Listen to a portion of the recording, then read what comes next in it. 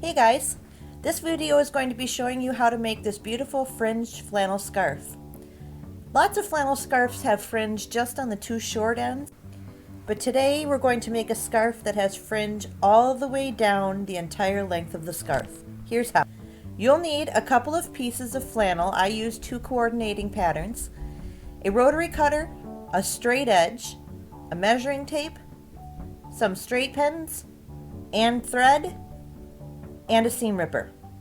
To determine the size of your fabric, decide how wide you want your scarf to be, multiply that by 2, and then add a few inches for fringe. I used the full width of my bolt of fabric 2 times to make my scarf's length. Next, you'll need to overlap the fabric. Remember, this will affect the overall length of your scarf. Usually when you piece 2 fabrics together, you put the right sides facing and then pin and sew. But today we're going to piece it this way, because when you have an unfinished edge with flannel, it will fray and get soft and cozy looking. You can see that here in my finished scarf. If you don't like that rough look, you can go ahead and piece it normally. Once you have your fabric pinned together, measure out double the desired width of your scarf. For me, it was 6 times 2, so 1 foot. This last pin will let you know to stop sewing before you get into the fringe zone. Now, to be clear, fringe zone, good. Friend zone, bad. Sew the 2 pieces of flannel together on both the front and back sides. Next, you'll need to measure out 1 width of your scarf. For me, 6 inches. Fold that measurement over and then pin it in place. The top part that you see there will be the scarf. The bottom of the fabric will be your fringe.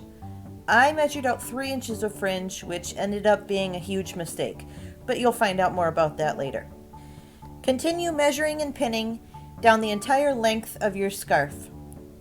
Once the whole scarf is pinned, you're just going to run a straight stitch down the entire length of your scarf to keep that all in place.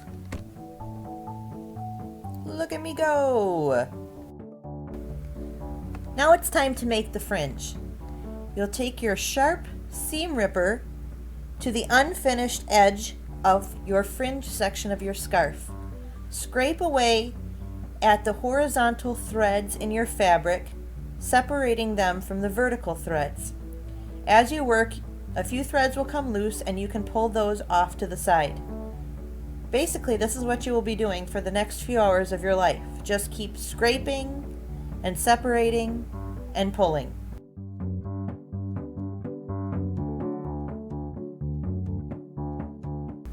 After you make some progress, you'll start to see the fringe take shape. So just keep working and fringe and scrape. Making progress. Just keep working, I guess. Yeah, a little bit longer. Man, this is taking a long time. Oh, it's gonna be worth it though. All that fringe. So much fringe.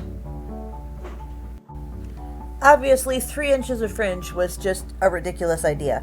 So I went back and cut it all down to 1.5 inches of fringe down the entire length of the scarf, which was a much more manageable amount. After I had all my fringe completed, it needed to be cleaned up. So I gave it a little bit of a comb and then got out my rotary cutter and my straight edge and gave the fringe a little trim so that it had a nice straight line. After all that work on fringing, this was very satisfying.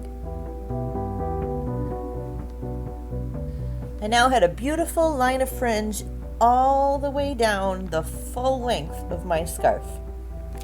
And that's all there is to it.